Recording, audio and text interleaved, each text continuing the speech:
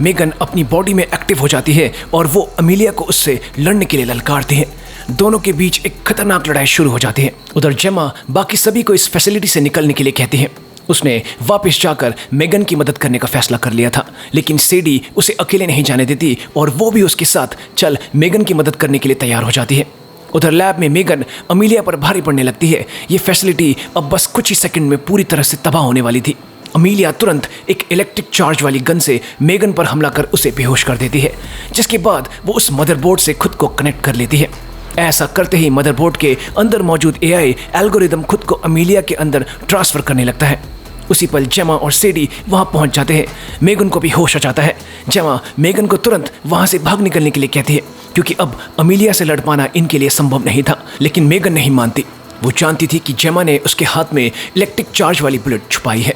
वो उसका इस्तेमाल कर अमीलिया और उस एआई एल्गोरिदम को खत्म करने की बात कहती है।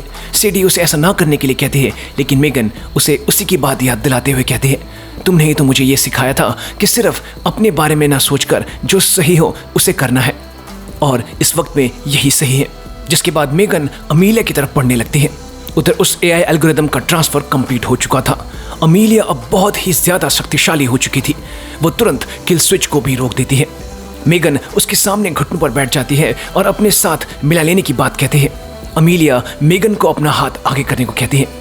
मेगन वैसा ही करती है, लेकिन तभी तुरंत वो अमीलिया की पीठ पर चढ़ जाती है और जेमा को इशारा कर चार्ज वाली बुलेट को ब्लास्ट करने के लिए कहती है। जेमा को ना चाहते हुए भी ऐसा करना पड़ता है। अगले ही पल ब्लास्ट के कारण एक जोरदार चार्ज प्रोड्यूस होता है, जिसके झटके से अमीलिया और मेगन दोनों नष्ट हो जाते हैं।